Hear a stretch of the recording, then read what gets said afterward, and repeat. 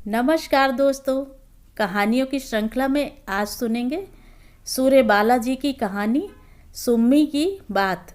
लेकिन उससे पहले मेरा आपसे विनम्र अनुरोध है कि अगर मेरे द्वारा सुनाई हुई कहानियाँ आपको अच्छी लगती हैं तो मेरे चैनल को सब्सक्राइब ज़रूर करें, लाइक करें और अपने दोस्तों और परिचितों में शेयर भी करें। बेल आइकन दबाना बिल्कुल भी ना भूलें। आज सुनिए सुम्मी की बात।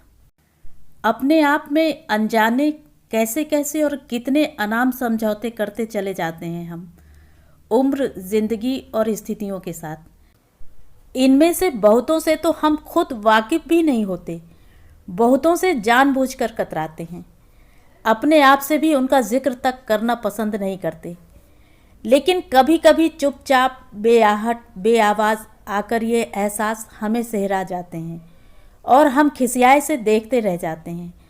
इस बात को कोई नकार नहीं सकता, क्योंकि ये अनाम समझौते हम में से करीब करीब सब ने किसी न किसी स्तर पर कमोवेश किए ही होते हैं। कैसे अभ्यस्त होते चले जाते हैं हम क्रमशः इन संधियों के, हमें पता तक नहीं होता कि हम क्या से क्या हो गए हैं। अपने आप में हम खुद अपने आप को एक सुखी और संतुष्ट इंसान मानकर ही चलते हैं, अंदर के खालीपन पर ताला लगाए हुए। व्यस्ततम जंजालों में उलझे खोए, लेकिन उम्र की उतरती धूप घिरते सायों के साथ एक अवसाद सा उतरता चला जाता है। तब लगता है कि सारी भीड़ और अपने से अपने रिश्ते नातों के बीच कहीं हम अकेले हैं। हमारी एक बिल्कुल अलग की दुनिया है जिसे हम किसी के साथ बांट नहीं सकते। समझ लीजिए, अपने उन एहसासों को खुद मैंने इस कहानी के माध्यम से बांटने की कोशिश की है। सूर्य बालाजी के इन शब्दों के साथ आइए सुनते हैं सुम्मी की बात। सुम्मी को अब कोई सुम्मी नहीं बुलाता, बच्चे मम्मी बुलाते हैं। काम करने वाली मेहरी बीबी जी और उसका पति सुनो। मम्मी सुनते ही उसकी आंखों के सामने चाय का डिब्बा और गैस पर पतीले में खौलता पानी आ जाता है। बीबी जी सुनते ही किचन की गंदी मोरी और सुनो से ताजे अखबार का वह गोल घेरा जिसके बीचों बीच बैठे उसके पति दोनों हाथों की उंगलियों से अखबार थामे गर्दन ऊंची नीची करते खबरें पढ़ते रहते हैं। बाहर से देखने पर तो पता भी नहीं चलता कि इस गोल घेरे के पीछे कोई होगा भी। सिर्फ खुला हुआ अखबार दिखता है और उसे पकड़े हुए दोनों हाथों की उंगलियों के छोर। पति की सुनो सुनते ही वह कोई भी काम करती होती है, उसे छोड़कर बेतहाशा दौड़ पड़ती है। उसे दौड़ते देखकर उसकी बेटियां हंस पड़ती हैं और हंसती हुई एक दूसरे से कहती हैं, दौड़ती हुई मम्मी कितनी फन्नी लगती है ना। सुम्मी सुनकर खिस से हंस देती है, पर मन ही मन पूछती है, अच्छा, अगर मम्मी की जगह सुम्मी दौड़ती होती तो फन्नी नहीं लगती ना। सुम्मी की अब यह आदत सी पड़ गई है। हर बात में मम्मी की बात उठते ही वह अनायास उसकी तुलना सुम्मी से करने लगती है। सुम्मी जैसे यह शब्द नहीं, उसका नाम नहीं, कोई प्याला हो और इस प्याले में इतना इतना लाड़ प्यार लबालब भरा हो कि वह जब भी चाहे जी भर के सुड़क सकती हो। हाँ, सुम्मी दौड़ती थी तो उसकी सूती सी नाक ठंडी पड़ जाती थी और खुले खुले बाल हवा में छितराते लहराते जाते थे। इसीलिए कभी कभी उसका मन उस सुम्मी को पकड़ पाने के लिए तड़फड़ाने लगता है। किससे कहे कि मुझे सुम्मी कहकर पुकारो जरा, देखूं तो कैसा लगता है।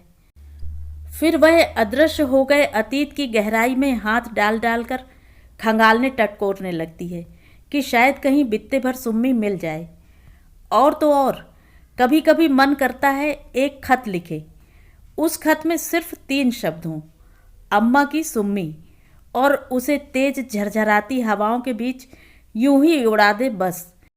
उसे लगता है उसमें से आवाज़ अवश्य आएगी, हजार हजार प्रतिध्वनियों में, सुम्मी सुम्मी। मम्मी, वह चौंक जाती है। ओह, यह तो उसकी बड़ी बेटी प्रिया है। कॉलेज से 3 सहेलियों को लेकर लौटी है और उसकी ओर संकेत कर परिचय करा रही है। माई मम्मी। वह हंसकर अभिवादन का जवाब दे फट से किचन में जाकर प्याले तश्तरियाँ पूछती है, पतीले में चाय का पानी चढ़ाती है और पकौड़ी के लिए प्याज के छल्ले काटने लगती है। सब कुछ तैयार होने पर बड़े उत्साह से बेटी को बुलाती है और ट्रे उसके हवाले कर देती है। बेटी पूछती है कि क्या मम्मी ने चाय ली? उत्तर में वह अपना प्याला दिखाकर हल्के से मुस्करा देती है। वह सबके सामने ज़्यादा करके मुस्कराती ही रहती है, लेकिन अकेले होने पर चाय का कप या रोटी का कौर लेकर बैठते ही अनायास गुमसुम सी हो सोचने लगती है कि उम्र की ढलान पर बैठी कितनी मम्मियों ने इस रसोई घर में चुपचाप इस तरह बैठकर चाय पी होगी। अच्छा, पहले भी तो कितने कितने लोग रह चुके होंगे इस किराए के मकान में। वे कैसे रहे होंगे? उन्होंने कब कब क्या किया और क्या सोचा होगा? और यहाँ इस जगह पर इस मकान से पहले भी क्या रहा होगा? अधफूटा अवशेष, लेकिन तब भी कोई ना कोई रहता ही रहा होगा। और आगे भी तो सुम्मी के जाने के बाद भी जाने कितने लोग, कौन कौन से लोग रहेंगे, कौन जानता है। वे सब भला क्या जानेंगे कि कभी यहाँ सुम्मी नाम की लड़की नहीं, औरत रह चुकी है। बस यही खराबी है सुम्मी में। चाय का प्याला हाथ में आते ही ख्याल जाने कहाँ कहाँ भटकने लगते हैं बेरोक टोक, कि कैसे वह दोपहरी होते ही अम्मा की आंखें बचाकर दबे पैरों कच्ची दीवारों के पीछे बगीचे में पहुंच जाती थी। वहां सन्नो, बिज्जू, रम्मन और इससे मिलते जुलते नामों वाले लड़के लड़कियां फटाफट पत्थर मार मार कर कच्ची अमियां तोड़ तोड़ कर जेबों में ठूंसते रहते थे। कुछ एक नमक मिर्ची की बुकनी भी साथ लाए होते थे। वह सबसे सीधी छटंकी सी थी, इसलिए पत्थर एक भी नहीं मार पाती थी। सिर्फ सूखे चरमराते पत्तों के बीच से अमियां बीन बीन कर सबको दिया करती थी। सब उससे खुश रहते थे, उसे प्यार करते थे और अपनी तोड़ी अमियां भी देते थे। लेकिन सबसे ज़्यादा रम्मन, कभी कभी तो वह अपनी तोड़ी एक दो अमियां ही रखकर बाकी सब उसे दे देता था। खेल के समय भी रम्मन सबसे पहले उसे ही अपनी टोली में लेता। कोड़ा जमाले शाही खेलने पर उसे कोड़ा भी बहुत हल्के से लगाता, लेकिन तब उसमें इतनी बुद्धि ही नहीं थी कि रम्मन के उस अनुग्रह के प्रति किसी तरह की कृतज्ञता बरतती। और जब तक बुद्धि आई तब तक तो नज़ारा ही बदल गया था। हुआ यह था कि पापा के ट्रांसफ़र की वजह से उसे 2 साल छोटी चाची के पास रतलाम रहकर पढ़ाई करनी पड़ी, और जब 2 सालों बाद लौटी तो रम्मन की बदली हुई हुलिया देखकर दंग ही रह गई।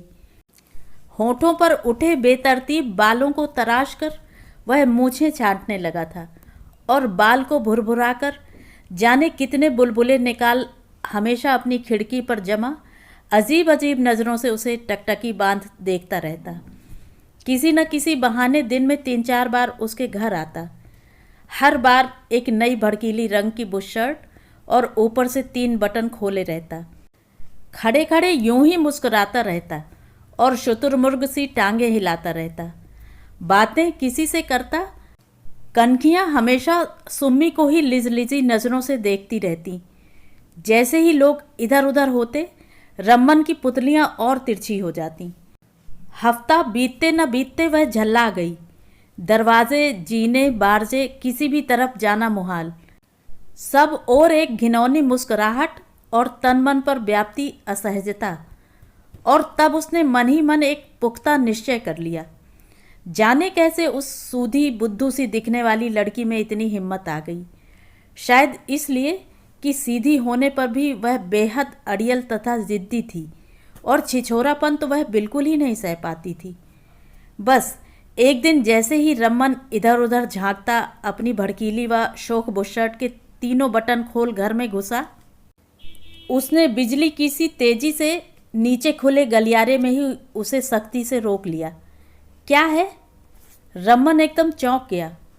आवाज़ की अनपेक्षित सख्ती और सुम्मी को सीधे सीधे सामने खड़ी पाकर घबरा सा गया।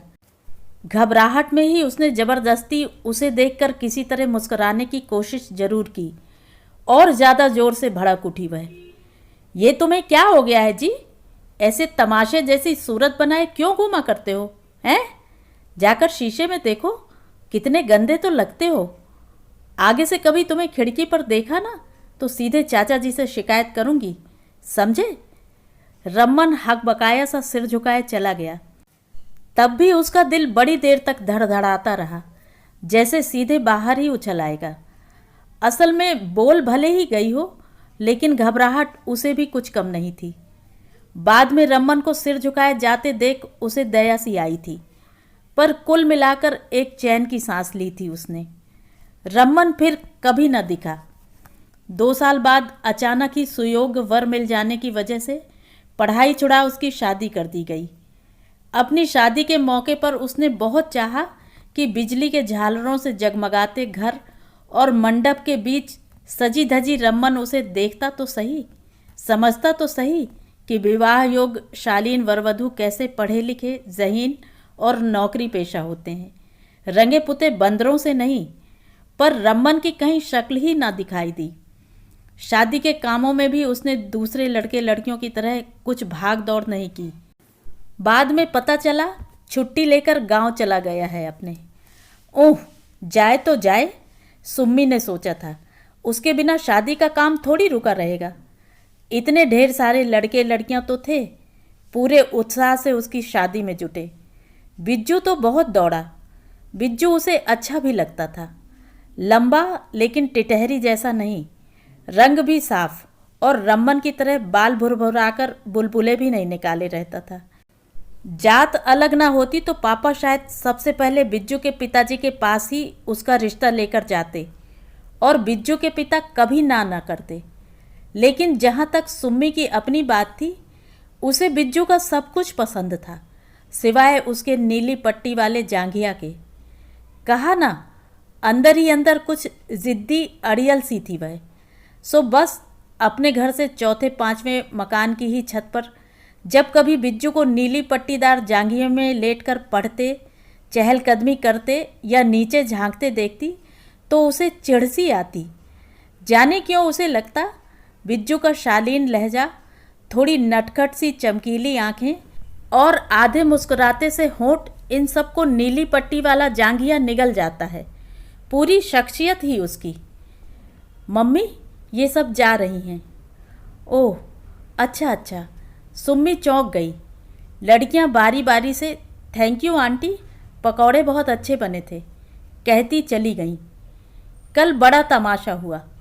ढलती दोपहर सिलाई मशीन की चौकी खिसकाकर सुम्मी पति और बेटे बेटियों के कपड़ों की मरम्मत करने बैठी। सिलते सिलते वह सोचने लगी कि अगर मशीन की सुई गलती से उसकी उंगलियों को हुई कपड़े की तरह छेदती सिलती चली जाए तो। उस दर्द की कल्पना मात्र उसे सिहरा गई, लेकिन दहशत उसके मन में बैठती गई। उसे लगने लगा चाहे जितनी सतर्कता वह बरते, आज सुई उसकी उंगलियों को आर पार छेद डालेगी। तभी उसके पति ने आवाज़ दी। शायद चाय में आधा चम्मच चीनी ज़्यादा डलवानी थी। पति की सुनते ही वह हड़बड़ाकर उठी ही थी कि झटके से उसके दाहिने पैर की उंगलियां फर्श के साथ बुरी तरह मुरक गईं। हल्की चीख के साथ वहीं वह फर्श पर धप से बैठ गई। उंगलियां हाथों से दबाए घुटनों पर सिर रखे वह दर्द से कराही ही थी कि उसने बेटे बेटियों की खनखनाती हंसी सुनी। चौंक कर उसने सिर उठाया तो पाया कि उसका इस तरह पैर मुरक जाने पर कमरे के बीचों बीच फर्श पर धप से बैठ जाना और सीसी करना बच्चों को खासा मज़ेदार लग रहा है। बेटे ने कहा, ये लो, मम्मी फर्श पर फिसल गईं। 1-2 मिनट तक उसे उठते न देख शायद उन्हें अपनी गलती का एहसास हुआ। छोटी बेटी ने दौड़कर आधी हंसी आधी चिंतित आवाज़ में पापा से कहा, मम्मी को तो रपट लग गई, फर्श पर घुटनों में सिर डाले बैठी हैं। और बड़ी बेटी पास आकर सहानुभूतिपूर्वक बोली, दिखाओ जरा, कहाँ लगी, कैसे लगी, सूझ गया है। देखने दिखाने को वहाँ कुछ भी नहीं था। वह धीरे से इतना कह सकी, पापा को चीनी दे दो। बेटी ने हंसते हुए कहा, वो चाय पी चुके। अखबार पढ़ते हुए पति ने बेटियों से कहा वे उसे आयोडेक्स वगैरह लगा दें। लेकिन सुम्मी चौंक कर छलछलाती आंखें छुपाती उठ गई। अरे नहीं, यूं ही मुरक गई थी, अब ठीक हूँ। उसे लंगड़ा कर खड़ी होते देख छोटी बेटी फिर खिलखिला पड़ी। लेकिन यह बताओ मम्मी, सीधे साधे फर्श पर बिना किसी अटकल रोड़े के तुम गिरी कैसे? वह कुछ नहीं बोली। बाथरूम में जाकर बार बार चेहरे और आंखों पर पानी के छींटे मार मार कर पनीली आंखें साफ करने लगी। छी छी, गिरी हुई मम्मी, रोती हुई मम्मी, कितनी बेगैरत कौड़ी भर की चीज़ होती है ना। हाँ, सुम्मी गिरती तो पापा, जिज्जी, अम्मा सब दौड़ पड़ते।